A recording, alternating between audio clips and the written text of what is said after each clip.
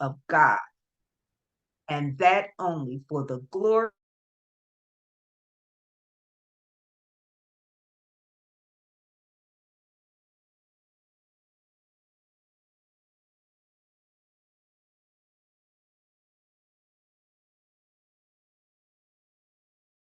on the church to take care of them.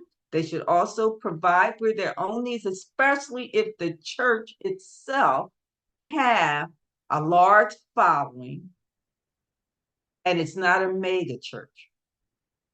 Just wanted to make that clear. So, what is the central theme of Philippians? The central theme of the book is for me to live is Christ, to die is gain. And we find that in Philippians, the first chapter at verse 21. You know what Paul is talking about in this theme of this letter that we call Philippians is of triumphant joy. Triumphant joy.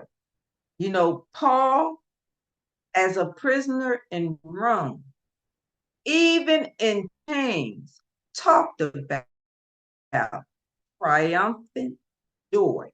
And he urged the Philippians and us today to rejoice in the Lord always. You know, Paul had a special tenderness in his heart for the Philippians. He had a special warmth and affection for them because of the way they travailed.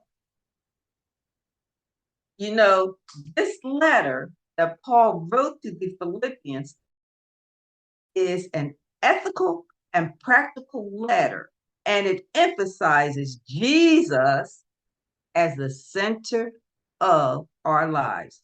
And Jesus should be the center of every Christian life. You know, Christianity isn't a religion, a lifestyle. It's a lifestyle. It's something we live daily.